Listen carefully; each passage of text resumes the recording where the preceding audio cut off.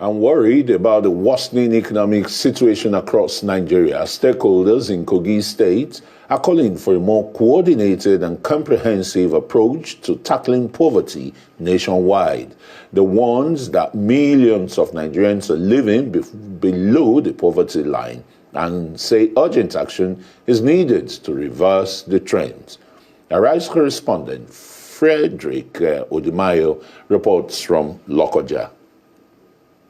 With a population of over 200 million people, Nigeria continues to face major development challenges, including rising poverty, inequality, and economic vulnerability. According to the National Bureau of Statistics, Nigeria's monetary poverty rate stood at 40.1% between 2018 and 2019.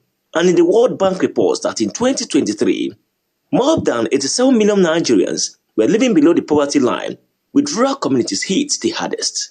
At a summit on social protection held in Lokoja, organized by the African Network for Environment and Economic Justice, participants said poverty remains a critical issue in Kogi State and across Nigeria. Poverty is more than 75%, and it is because of the cost of living. It is because of the cost of living. The Naira-dollar ratio is killing the economy.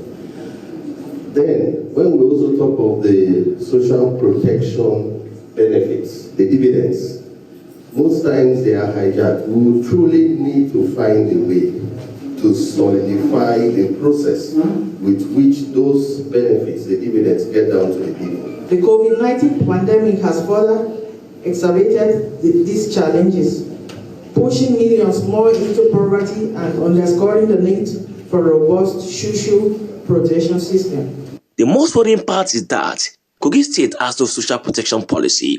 Without it, it is difficult to ensure accountability and to deliver meaningful support to the most vulnerable members of society. The overall objective of the project is to improve the inclusivity of social protection system in Nigeria. At outcome level, the project targets increased engagement of civil society actors in the development and monitoring and inclusive social protection system through increased public awareness on the importance of promoting an inclusive and responsive social protection system, enhance capacity of local organizations and communities to monitor the delivery of social protection system. Social protection is the right of the people. So when it gets to them, it shouldn't get to them like you're doing them a favor.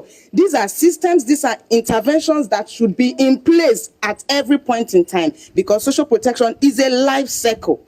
If you're not vulnerable today, you might be vulnerable tomorrow. So with the notion that people think social protection is for the vulnerable people, it's for everybody. Stakeholders at the summit agreed on the need for greater collaboration between government, civil society, and private sector to ensure no one is left behind in the fight against poverty. Frederick Odimayo, Arise News.